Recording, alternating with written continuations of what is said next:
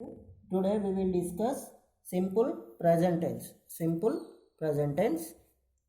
The sentence structure is subject, verb 1 plus object. The sentence structure is subject plus verb 1 object. Okay. Generally we write subject pronouns I, we, you, he, she, it and they. Okay, so generally we write subject plus pronouns I, we, you, he, she, it, they.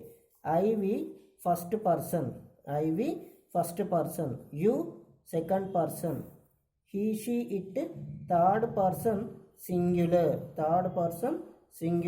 and they third person plural.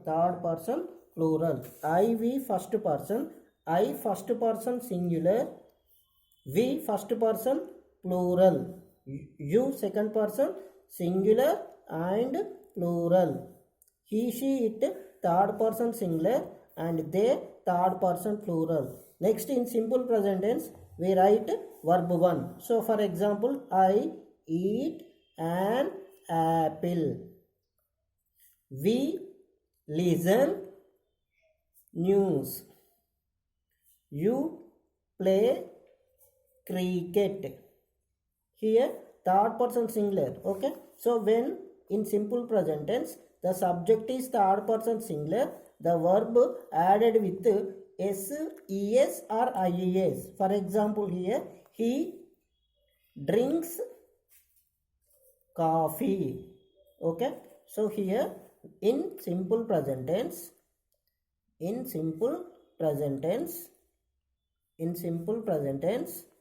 when the subject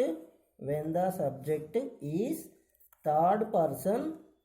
third person singular, that is he, she, it, the verb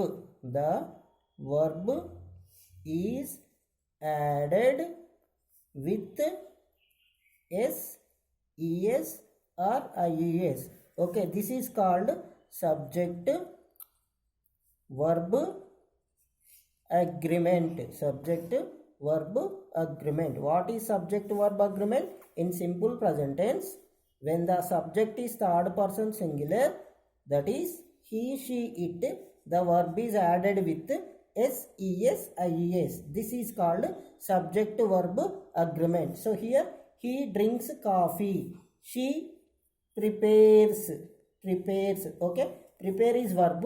Here the subject is third person singular, that is she. So s is added with verb. She prepares lunch.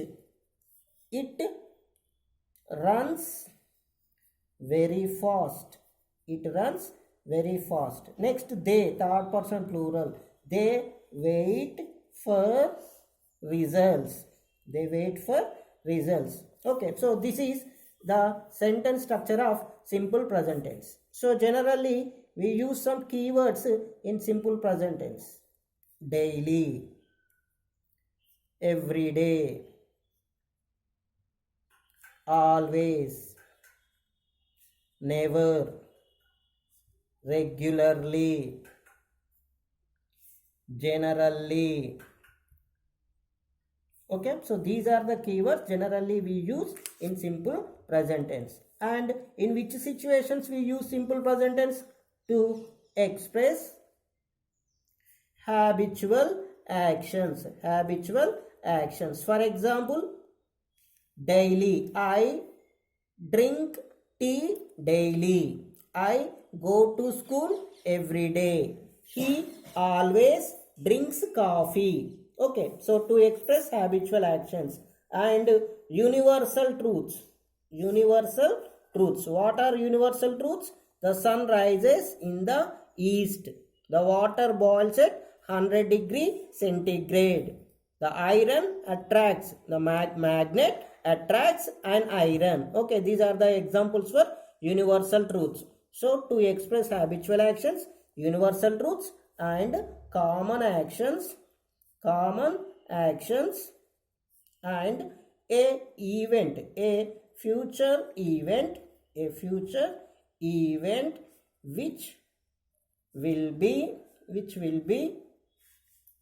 a future event which will be decided